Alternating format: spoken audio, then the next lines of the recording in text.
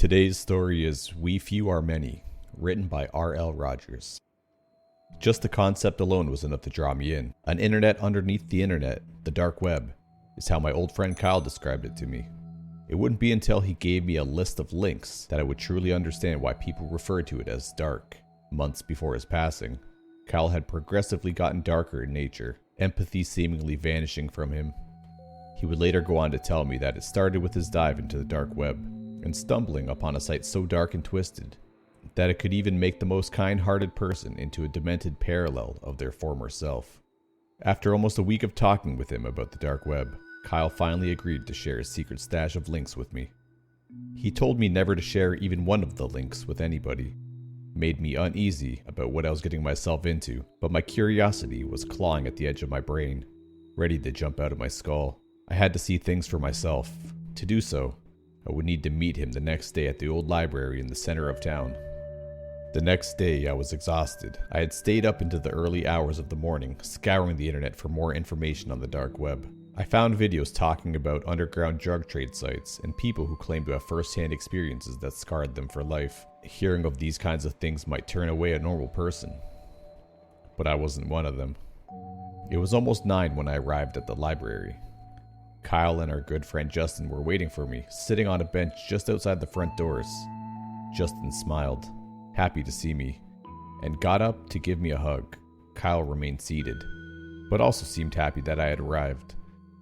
We spent the morning hanging out, grabbing a bite to eat from our local coffee and bagel shop. From there, we made our way to what Kyle referred to as the Nest. This was a wooden fort we built years ago, located in the woods behind a local supermarket. Upon reaching the Nest, Justin and I noticed that Kyle had done some redecorating of sorts. What had always just been a plain wooded fort was now completely covered up by black tarps. He said that he had been spending nights out there and didn't want any homeless people to stumble across the place. Unusual, yes, but it was clear that Kyle was troubled. We didn't want to interfere with his way of coping with whatever it was he was going through. We all sat down on old chairs that I'd found in the dump a while back. Kyle reached in his pockets and pulled out his phone. He opened his note app and asked if I was sure I wanted the list, and I said I was. He copied the list and pasted it into a text and sent it to me. He told me not to open it until I was ready to begin my dive into the endless cavern that is the deep web. I agreed, and the text was sent. As if he'd forgotten about something important, Kyle abruptly stood up and just left. Justin and I were asking where he was heading, but he was sparse in his reply, saying he had some business to take care of.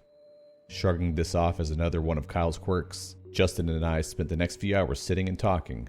He told me about how Kyle had helped him find this app to meet people on, and how he now had a date with a girl in the next town over. I was happy for him. He was a good guy, but never had any luck with women. I asked him if he remembered our awful first kiss back in 2nd grade. He laughed and gave me a tap on the shoulder. Since then, him and I had become good friends. When I got home early in the afternoon, my mom was asleep on the couch. She had worked another double. I grabbed a blanket off the love seat and draped it over her to keep her comfortable. I made my way into the kitchen to grab a snack and headed up to my room to begin my journey into the uncharted waters of the dark web. From videos I had watched the night before, I learned that I had to download a special internet browser. It was one of the few ways to access the part of the internet. As it installed, I opened up Kyle's text and quickly scrolled through the links. He had sent me a good 15 or so to peruse. After the install finished, I opened it up and entered the first link on the list. It took a moment to load, but I was eventually greeted with a welcome page to an underground video share site. I spent a few minutes scrolling through the videos looking for a good one to watch. There was one title that caught my eye. It was a video from our local Dark Point Burgers. Quickly, I clicked and watched. Once loaded, I realized I was watching security footage, dated just 3 months ago. I saw my friend Katie, who worked the overnight shift there. She was standing in the middle of the frame, slowly backing away from the counter. It was hard to make out exactly what was going on at first, but after a moment, the footage became clear. She had rolled up her sleeves, seemingly freaked out at the appearance of her arms. I noticed movement underneath the back of her shirt, as if a gust of wind had swept through the eatery. Further into the video, she was reaching into the ice cream machine. The footage went fuzzy for a moment, then became clear again, showing Katie bolting out the door. She had gone missing a few months ago, and I wondered if this was the last time she was seen.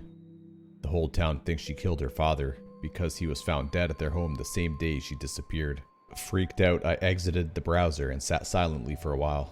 After gathering up the courage, I reopened the search engine and typed in the next link on the list. I was directed to a site that contained live feeds from what are known as Red Rooms.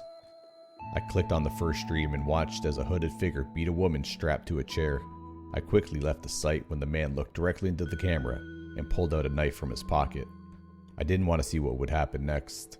Continuing through the links, I came across more and more disturbing sites. One of hacked baby monitors, a child trafficking site, and one containing a list of classified federal cases. The first one was titled Noir Family, a name I distinctly remembered hearing on the news before.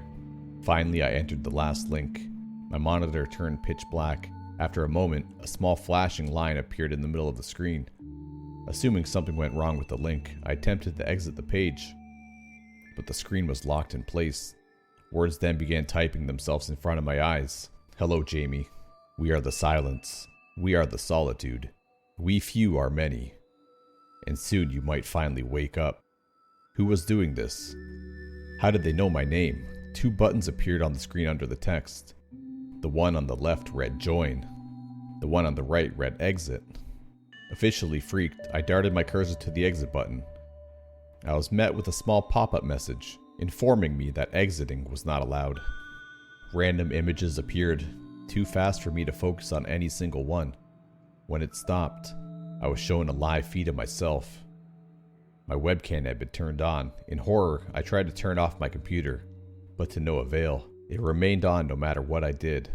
A demented lullaby then played through my speakers. I sat there for a moment just listening to it, confused and anxious to what was going on. At the end of the tune was a loud scream. Startled, I got up to run from the room. I heard what sounded like the front door of my house being kicked in. I screamed for my mom as I ran out. I heard a scream, along with the sound of a man telling her to shut up. When I finally reached the base of the stairs, she was being dragged out of the house. Another man stood, just staring at me, frozen at the bottom of the staircase. Who are you? What do you want? Where are you taking my mom? I shouted, dashing at the hooded man in front of me. I was met with his fist. I hit the floor hard and passed out. When I came to, I was in what looked to be an abandoned warehouse. My hands were bound behind my back. I struggled, trying to get myself free, but I couldn't. I looked around and found my mother tied up just a short distance away. I shouted to her, desperately trying to wake her up. She remained unconscious. My ears rang as if someone had clapped their hands right next to my head. With tunnel vision, I tried to scream, but couldn't even feel my vocal cords vibrating to make the sound. When my vision returned, a creature, whose appearance I could not for the life of me remember, was floating above the ground just a few feet in front of me. Though its appearance escapes me, I do recall it staring at me, its eyes a bright fiery orange. It held its hands to me, and I began to float too. My bonds became loose and I hovered towards the creature. It wrapped its hands around my face. The feeling was indescribable. Through its fingers I could see a light emanating from within, something leaving my mouth being absorbed by the beast. When this glow faded, I blacked out. When I came to a second time, I was at home in bed. Frantically, I hopped up and scanned the room. Kyle was sitting on the chair in front of my computer. My mother was knocked out, lying on the floor next to my bed. I was still terribly afraid, but also angry at Kyle for what I'd gone through. I shouted, begging him to tell me what the hell was going on. He stood up slowly, walked towards the door of my bedroom, and looked at me.